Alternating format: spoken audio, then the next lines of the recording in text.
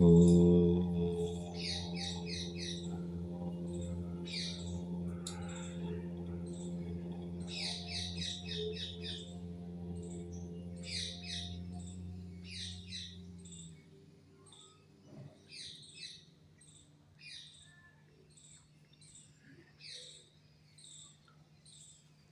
समादरणीय धार्मिक सज्जन वृंद, महर्षि दयानंद कृत आर्याभिविनय के अंतर्गत द्वितीय प्रकाश के पहले मंत्र के ऊपर हम विचार कर रहे थे। मंत्र है ओम सह न भवतु सह नौ भुनक्तु सह वीर्यं करवावहै तेजस्विनावधीतमस्तु मां विद्विषावहै। इस मंत्र में अनेक प्रार्थनाएं परमपिता परमेश्वर से की गई है। पहली प्रार्थना है सह नौ अवतु। परमेश्वर से याचना की गई है कि हे परमेश्वर, आप और हम लोग, हम मनुष्य परस्पर प्रसन्नता से रक्षक हो, एक दूसरे की आप भी हमारी प्रसन्नता से रक्षा कीजिए और हम भी प्रसन्नता से आपकी रक्षा करें। तो पहले मनुष्यों को प्रसन्नता से, श्रद्धा से परमेश्वर की रक्षा करनी पड़ेगी। फिर परमेश्वर उनको देखेगा, योग्य समझेगा, पुनः परमेश्वर उनकी प्रसन्नता से रक्षा करेगा। पुरुषार्थ पहले हमें करना पड़ेगा। तो परमेश्वर की रक्षा करने का मतलब क्या है, उसको आगे खोल के बताया हुआ है। ऐसा समझना चाहिए कि हम श्रद्धा से, प्रसन्नता से, प्रीति से आपकी स्तुति, प्रार्थना, उपासना करते रहें। तो जो मनुष्य ईश्वर की स्तुति, प्रार्थना और उपासना कर रहे हैं, वो परमेश्वर की रक्षा कर रहे हैं। और जो ऐसा नहीं कर रहे, वो परमेश्वर की रक्षा नहीं कर रहे। परमेश्वर का आदेश है मनुष्यों को कि हे मनुष्यों, तुम मेरी रक्षा करो। कैसे रक्षा करो? मेरी स्तुति, प्रार्थना और उपासना करके। तो यदि तुम मेरी रक्षा करोगे तो मैं भी तुम्हारी रक्षा करूंगा, और तुम मेरी रक्षा नहीं करोगे तो मैं तुम्हारी रक्षा नहीं करूंगा। फिर दूसरा परमेश्वर की रक्षा का विषय बताया कि मनुष्य परमेश्वर को पिता, माता, बंधु, राजा, स्वामी, सहायक, परम गुरु आदि के रूप में जाने और माने भी, ये भी जोड़ लेना चाहिए। तो जो मनुष्य परमेश्वर को पिता, माता, बंधु आदि के रूप में जानते मानते हैं, वो परमेश्वर की रक्षा कर रहे हैं। परमेश्वर के पिता स्वरूप की रक्षा कर रहे हैं, माता स्वरूप की रक्षा कर रहे हैं, बंधु स्वरूप की रक्षा कर रहे हैं, राजा स्वामी स्वरूप की रक्षा कर रहे हैं। और ऐसे मनुष्यों की परमेश्वर प्रसन्नता से रक्षा करता है, विशेष रक्षा करता है, उनको विशेष ज्ञान विज्ञान देता है। जो परमेश्वर के साथ अपना कोई संबंध नहीं बनाते, परमेश्वर को माता पिता के रूप में नहीं स्वीकारते, गुरु के रूप में नहीं स्वीकारते, लौकिक माता पिता को तो मानते हैं, लौकिक गुरु को तो मानते हैं, लेकिन परमेश्वर के साथ ऐसा संबंध नहीं जोड़ते, तो परमेश्वर की ओर से उनको ज्ञान विज्ञान की प्राप्ति नहीं होती। और क्षण मात्र भी आपको भूलकर ना रहे, क्षण मात्र भी हम ईश्वर के गुण कर्म स्वभावों को ना भूलें, क्योंकि जैसे ही ईश्वर के गुण कर्म स्वभावों को भूल जाएंगे तो ईश्वर के गुण कर्म स्वभावों के विरुद्ध आचरण करते देर नहीं लगेगी, व्यक्ति तुरंत ईश्वर के गुण कर्म स्वभावों के विरुद्ध आचरण करेगा। और जो हर समय ईश्वर के गुण कर्म स्वभावों को याद रखता है, हर क्षण याद रखता है, तो उसका आचरण भी ईश्वर के गुण कर्म स्वभावों के अनुकूल होगा। इस प्रकार से वो परमेश्वर का रक्षक होगा।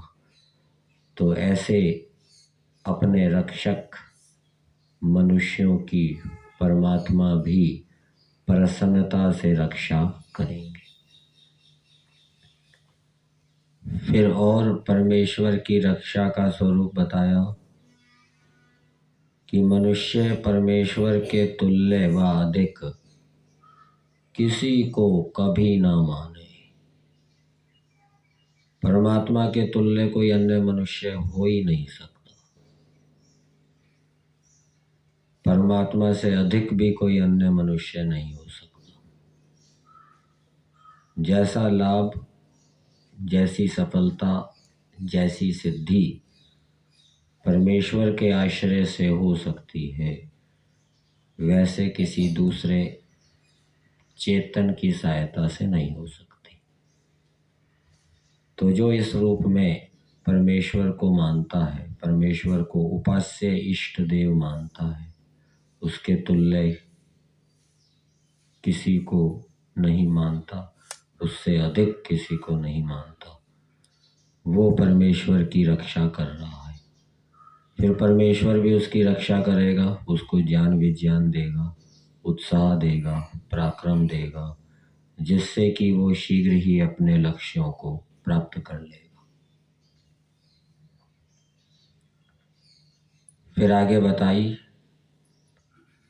आपके अनुग्रह से हम सब लोग परस्पर प्रीतिमान, रक्षक, सहायक, परम पुरुषार्थी हो। यहाँ तक हो गया था। फिर आगे बताया, एक दूसरे का दुख ना देख सके। जैसे पिता है, वो अपनी संतान के रोग को नहीं देख सकता, वो तुरंत उसके रोग को दूर करने का प्रयास करेगा, डॉक्टर के पास ले जाएगा। ऐसे ही किसी दूसरे व्यक्ति के दुख को ना देख सके, तुरंत उस दुख को दूर करने का प्रयास करें। ये ईश्वर से प्रार्थना की है कि हे परमेश्वर, आप हमारी आत्माओं के अंदर बैठे हैं, हमें ऐसी बुद्धि दीजिए कि हम दूसरे के दुख को ना देख सकें। जैसे ही किसी प्राणी का दुख हमें विदित हुआ, हम तुरंत उसको दूर करने के लिए प्रयासरत हो जाएं, प्रयत्न से युक्त हो जाएं, पुरुषार्थ से युक्त हो जाएं। परमेश्वर भी तो ऐसा है, परमेश्वर भी किसी का दुख नहीं देख सकता।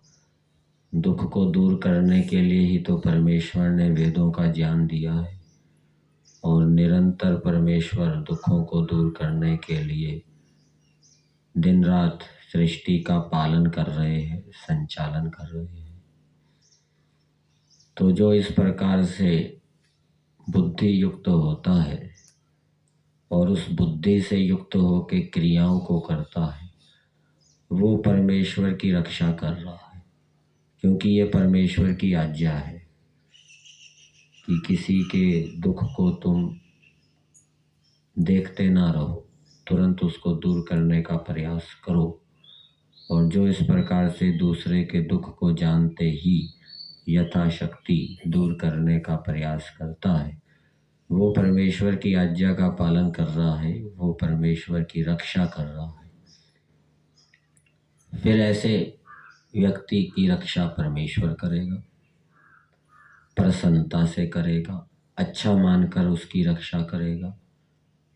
फिर आगे एक बात और बताई, ये जो ऊपर की बातें बताई है कि हम सब लोग परस्पर प्रीतिमान, रक्षक, सहायक, परम पुरुषार्थी हों, एक दूसरे का दुख ना देख सके, ये राष्ट्र पर भी घट सकती है, राष्ट्र के अंदर रहने वाले लोग और विश्व के अंदर रहने वाले लोग, उनके ऊपर भी घट सकती है।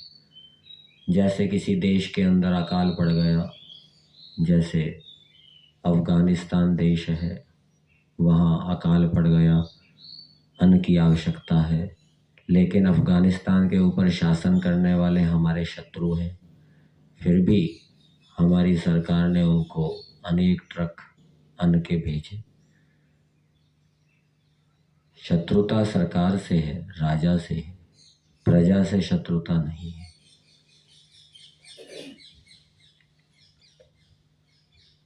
स्वदेशस्थ आदि मनुष्यों को परस्पर अत्यंत निर्वैर, प्रीतिमान, पक्षपात रहित करें। स्वदेशस्थ मतलब अपने देश में रहने वाले, आदि और लगा दी। तो आदि का मतलब क्या?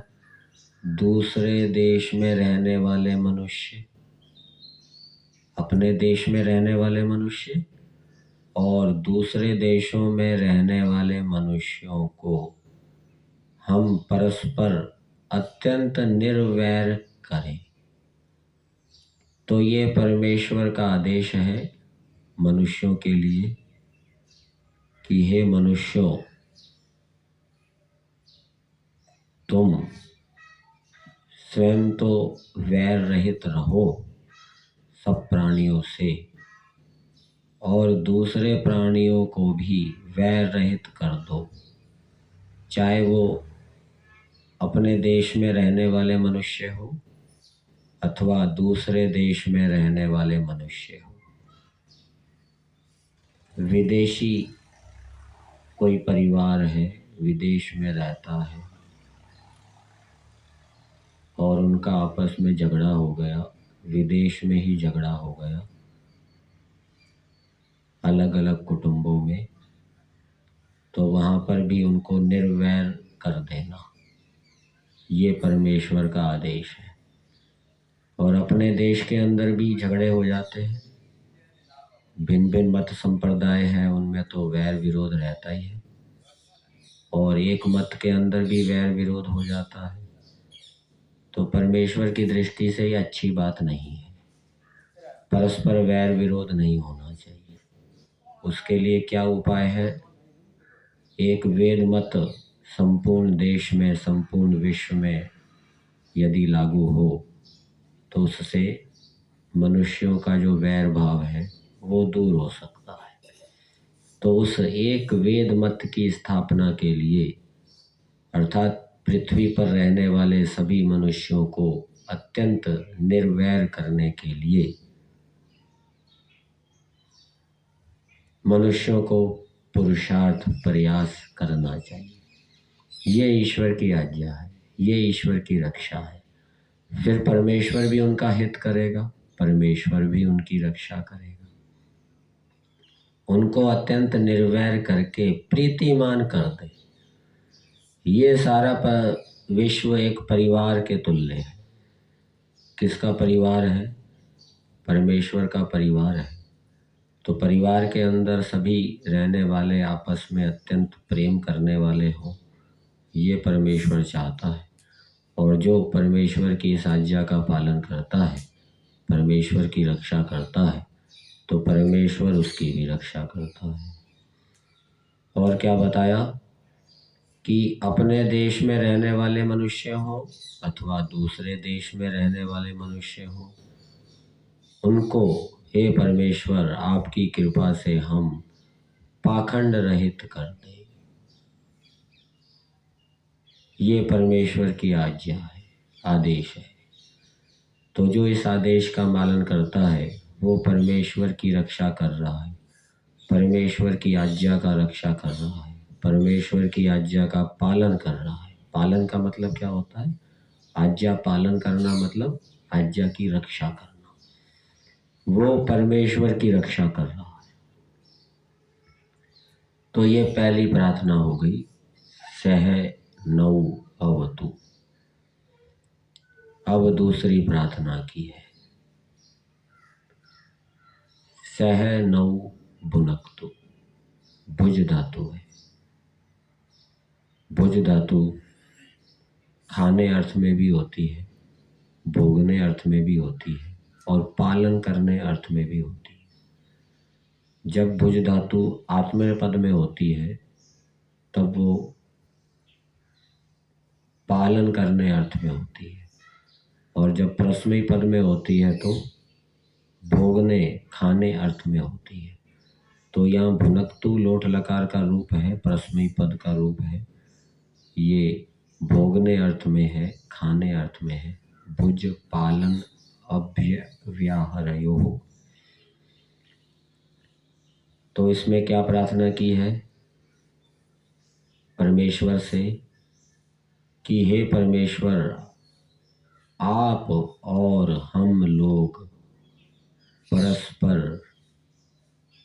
परमानंद का भोग करें।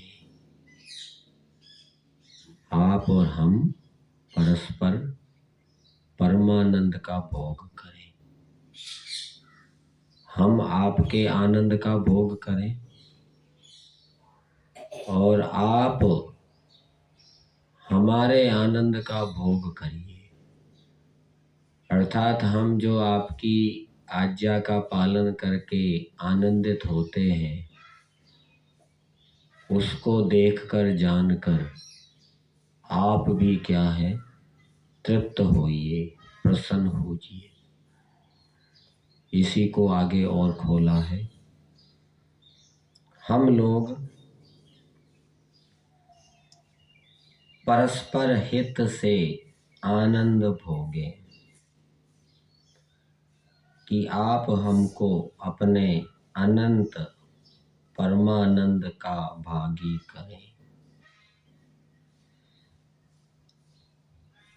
तो परमेश्वर से एक प्रार्थना ये है कि हे परमेश्वर, आपकी कृपा से हम परमानंद का भोग करें। तो परमानंद का भोग करने की प्रार्थना तो की है, तो परमानंद का भोग कब मिलेगा? जब दूसरे का हित करेंगे। तो दूसरे का हित करके हे परमेश्वर हम आपके आनंद को भोगे, ये परमेश्वर से प्रार्थना है। और फिर आगे दिया, उस आनंद से हम लोगों को क्षण मात्र भी अलग ना रखें। अर्थात हम हर क्षण सभी प्राणियों के हित में लगे रहें, जिससे कि आपसे हमें हर क्षण परमानंद की अनुभूति होती रहे और आप भी हमको देखकर परमानंदित हो जाइए, परम आनंद से युक्त हो जाइए। अर्थात आप हमको अच्छा मानिए, उत्तम मानिए। ये दूसरी प्रार्थना की है। अब तीसरी प्रार्थना इस मंत्र के अंदर है, सह वीर्यम करवावहै। वीर्यम का अर्थ यहाँ पर क्या किया है? सत्य विद्या आदि गुण, सत्य विद्या आदि गुण लेने चाहिए। सत्य विद्या एक गुण हो गया, आदि और गुण हो जाएंगे, बल, पराक्रम, उत्साह, साहस, निर्भीकता, पुरुषार्थ आदि आदि। तो प्रार्थना है, हे प्रभु आपके सहाय से। परमात्मा सहायता कब देगा? जब प्रार्थना करेंगे, क्योंकि प्रार्थना का फल क्या बताया? सहाय। बिना प्रार्थना किए परमात्मा सहायता नहीं देगा। कोई पुरुषार्थ करता रहे और प्रार्थना ना करे, परमेश्वर उसको सहायता नहीं देगा। पुरुषार्थ करने के साथ साथ प्रार्थना भी करनी पड़ेगी। आपके सहाय से परम वीर्य, देखिए मंत्र में तो वीर्य दिया है, लेकिन महर्षि दयानंद जी ने इसका व्याख्यान क्या किया? परम वीर्य। जो परम वीर्य है क्या है? सत्य विद्या आदि, उसको परस्पर परम पुरुषार्थ से प्राप्त करें। करवा वही प्राप्त करें। वीर्यम करवा वही, वीर्यम करवा वही का क्या अर्थ हो गया? परम वीर्य को प्राप्त करें। परम वीर्य क्या है? सत्य विद्या आदि उत्तम गुण, उनको प्राप्त करें।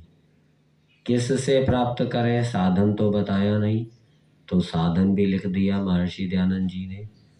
तो उसको प्राप्त करने के लिए परम पुरुषार्थ करो, परम पुरुषार्थ से उसको प्राप्त करो।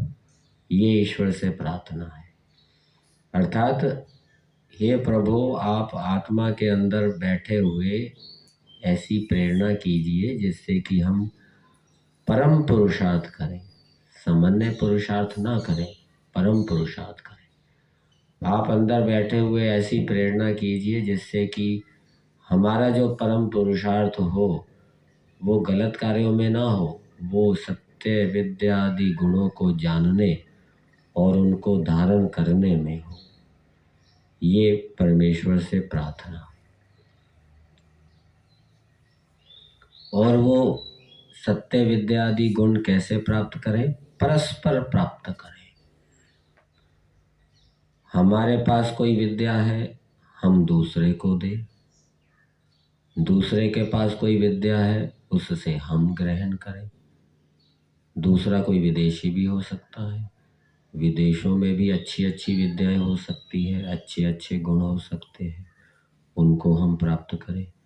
और हमारे अंदर भी अच्छे अच्छे गुण हो सकते हैं, अच्छी अच्छी विद्याएं हो सकती है, टेक्नोलॉजी हो सकती है, उसको विदेशी यहाँ प्राप्त करने के लिए आए। हे प्रभु वो आपकी कृपा से ही हो। ये परमेश्वर से प्रार्थना है। फिर आगे चौथी प्रार्थना की है, तेजस्वी नौ अधीतम अस्तु। अधीतम का क्या अर्थ किया? पठन पाठन।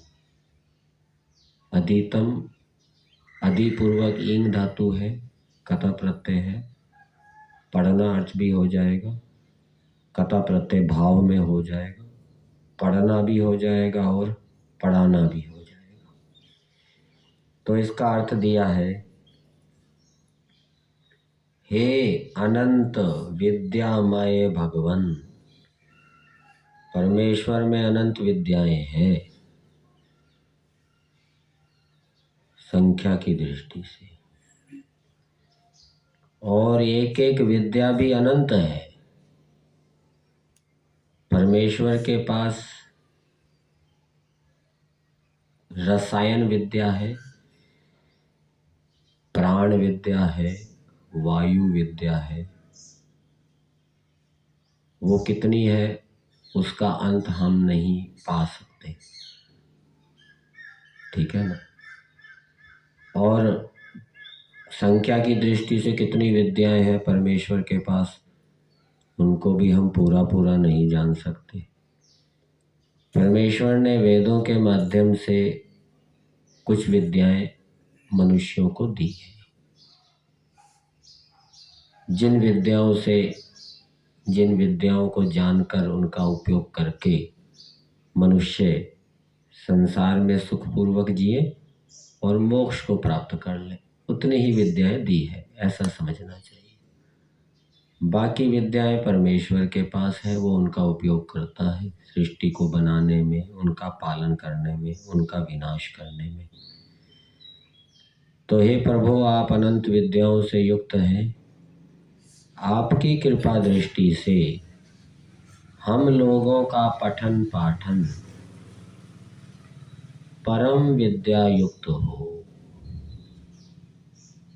हम ऐसी विद्याओं को पढ़ें, ऐसी विद्याओं को पढ़ाएं, वो कैसी विद्याएं हो? परम हो, उत्कृष्ट हो,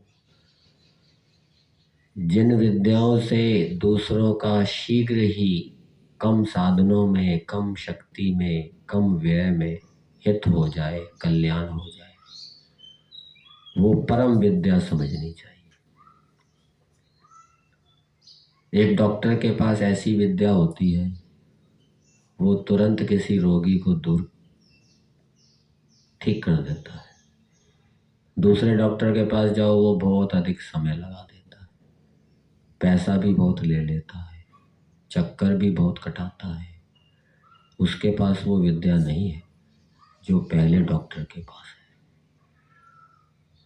है। ऐसी टेक्नोलॉजी जो हमारे कार्यों को शीघ्रता से, कम खर्चे में, कम साधनों में सिद्ध कर सके, उस टेक्नोलॉजी को हम पढ़ें, सीखें, दूसरों को पढ़ाएं। ये भौतिक विद्या के क्षेत्र में टेक्नोलॉजी, कृषि के क्षेत्र में भी हो सकती है, अंतरिक्ष के क्षेत्र में भी हो सकती है, युद्ध के क्षेत्र में भी हो सकती है, आदि आदि। और अध्यात्म के क्षेत्र में भी ऐसी विद्याएं जो दूसरों का और अपना शीघ्र हित कर सकें, वो परम विद्या है। तो हे प्रभु, आप हमें परम विद्या का बोध कराइए और उस परम विद्या के पठन पाठन में हम आपकी कृपा दृष्टि से लगे रहें। फिर आगे बताया, तथा संसार में हम सबसे अधिक प्रकाशित हो। संसार में हम सबसे अधिक प्रकाशित हो। रात्रि में नक्षत्रों में सबसे अधिक प्रकाशित कौन होता है?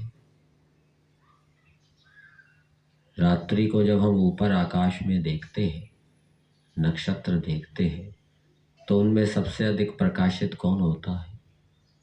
चंद्रमा होता है। चंद्रमा जैसा अंधकार को दूर करता है, वैसे दूसरे तारे नहीं कर सकते। तो जैसे चंद्रमा नक्षत्रों में सबसे अधिक प्रकाशित हैं, वैसे हम लोग भी सबसे अधिक गुणों में प्रकाशित हो। हमारे पास ऐसे ऐसे उत्तम उत्तम गुण हो, हम ऐसे ऐसे उत्तम कर्मों को करने वाले हो कि हम दूसरे मनुष्यों की अपेक्षा सबसे अधिक चमकने वाले हो, दिखने वाले हो, प्रकाशित हो। ये परमेश्वर से प्रार्थना की। और अन्योन्य प्रीति से, अन्योन्य प्रीति से मतलब एक दूसरे की प्रीति से। दो व्यक्ति हैं, दोनों एक दूसरे से प्रीति कर रहे हैं।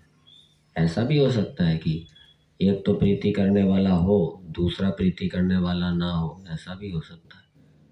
लेकिन यहाँ क्या लिखा है? अन्योन्य प्रीति, एक दूसरे के साथ हम प्रीति करने वाले हो। दूसरा हमसे प्रीति करे, हम उससे प्रीति करें। परम वीर्य तथा पराक्रम से, परम वीर्य से वही लेना चाहिए, सत्य विद्यादि गुणों से, तथा पराक्रम से, क्योंकि बिना सत्य विद्यादि गुणों के कोई चक्रवर्ती राज्य को प्राप्त नहीं कर सकता। सत्य विद्यादि गुणों तथा पराक्रम से निष्कंटक चक्रवर्ती राज्य भोगे। निष्कंटक अर्थात जिसमें कोई कांटे ना हो, शत्रु ना हो, विरोधी ना हो, ऐसे चक्रवर्ती राज्य को हम आपकी कृपा से भोगे।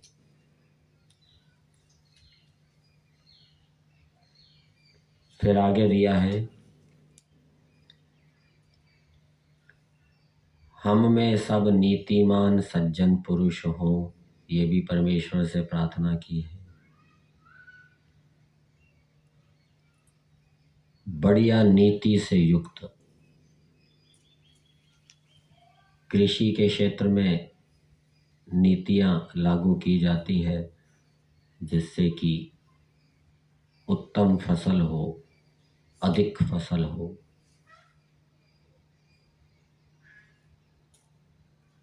राजधर्म में भी नीतियां लगाई जाती है, नीतियों का उपयोग किया जाता है, जिससे कि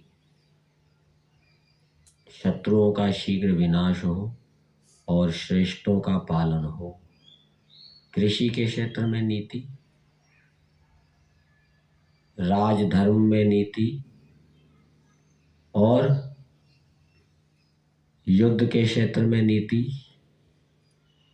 तो भिन्न भिन्न क्षेत्रों में नीतियों की आवश्यकता होती है, नियमों की आवश्यकता होती है। तो ऐसे नियमों को जानने वाले, उत्कृष्ट नीतियों को, उत्कृष्ट उत्तम नियमों को जानने वाले सज्जन पुरुष, हे प्रभु आपकी कृपा से हम में हो। यहीं तक रख।